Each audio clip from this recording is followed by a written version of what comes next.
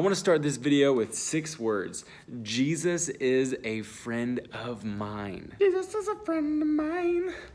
Jesus is my friend. Jesus is a friend of mine. I have a friend in Jesus.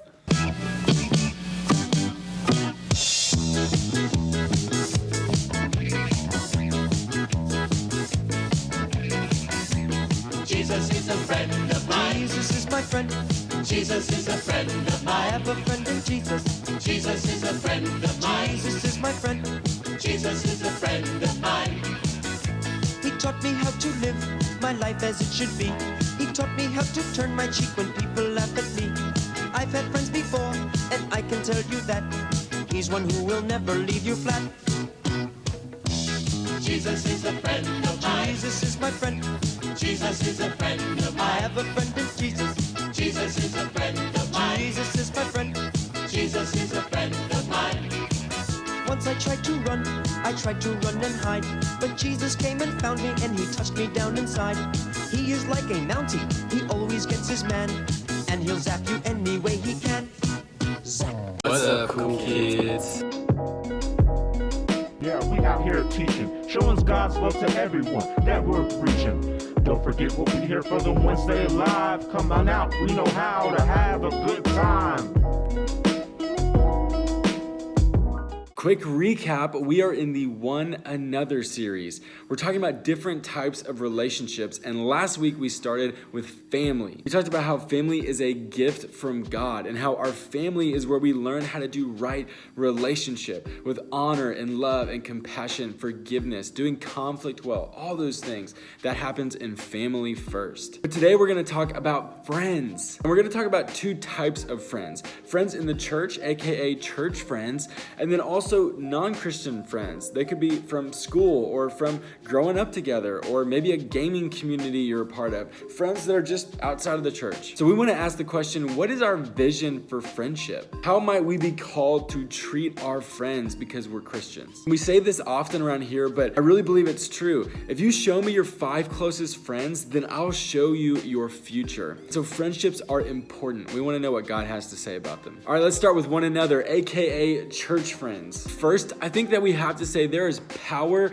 in spiritual friendship. Spiritual friendship? What is he talking about? What is spiritual friendship? Well, I'm talking about friendships that are centered around Jesus, being part of the family of God, the body of Christ. But you see, we don't typically think about friendships in terms of promises and covenants. We really usually make friends or drop friends just at the drop of a hat. Have you ever gone on like one weekend trip and then suddenly you're best friends with somebody? Then later on, you just kind of grow apart from someone that you grew up with? How does that happen? We become friends overnight, but we also drop friends overnight. Sometimes we go from one grade to the other, and during that summer, we lose some of our friends. We go to church, we go to one church our whole life, and yet somehow there's people that we've never talked to in our own youth group. See, looking at friendships that way is basically like it's me-centered. It's all about me. What can I get out of the friendship?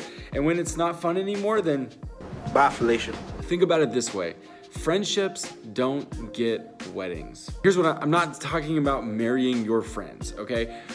What I'm saying is a wedding, you can get married without having a wedding. So here's what I'm trying to say. I'm trying to say that a wedding is about celebrating a covenant in front of God and in front of other people. You don't have to have a wedding to get married.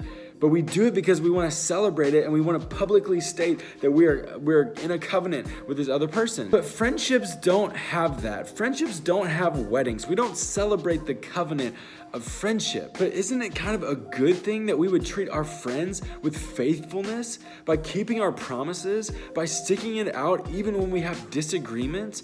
There's power in perseverance. There's power in loving each other even though we know that we're different. And so when we have friendships only when we enjoy them, only when it's about me and what I'm getting out of it, what's Christian about that? There is power in spiritual friendship. So I'm not saying go out and make friendship weddings a thing. That's weird. But what I am saying is be faithful friends in the good times and in the bad times. when you have to pour out and when you receive. And here's the second point. We are on a journey together. One another, we're on a journey together, which means that we have a purpose in our friendship. It's not just about what can I get out of this friendship. We have a purpose, and that's to be the new creation community, a community of redeemed people who are living the way that we believe all people should live, with love and with justice and with mercy. Church friends are not just friends. We are co-partners in God's redemption of the world. That means that we have purpose together. But what about non-Christian friends? Where do they come into this? Because we have to be careful that we're not totally influenced by the world and by culture. There's so many things that are un-Christ-like in the world. So how do we protect ourselves? Well, in Matthew 10:16, Jesus told his disciples this. He said, "Be wise as serpents and innocent as doves." What? You're like, okay, yeah, what does that mean? Well, in the context, Jesus was sending out his disciples to go evangelize, to go be among people who didn't follow Jesus. So what is he really trying to say here? Well, first it means be wise. Be wise in your conduct, in your actions, who you get around, the way that you talk to people. He's saying be wise, knowing that the enemy wants to work through isolation. Be wise, knowing that people don't usually have zero agenda. People are trying to influence us, even without even trying to, they just do. It means wise, knowing that our desires are shaped by our communities. And so we have to be wise about who we spend our time with, who are our friends that are shaping our lives. Yet Jesus is also saying, be innocent as doves. Have friendship to love people. Don't just become friends with non-Christians so that you can evangelize to them. Should we share the good news? Absolutely, it's good news. But we don't treat people as just tools to get to some accomplishment on our resume of being a Christian. We become friends with non-Christians because they're people created in the image of God, and it's an opportunity to love and to serve someone. So as you think about your friendships today, whether it's with church friends or non-church friends, how are you being wise as a serpent?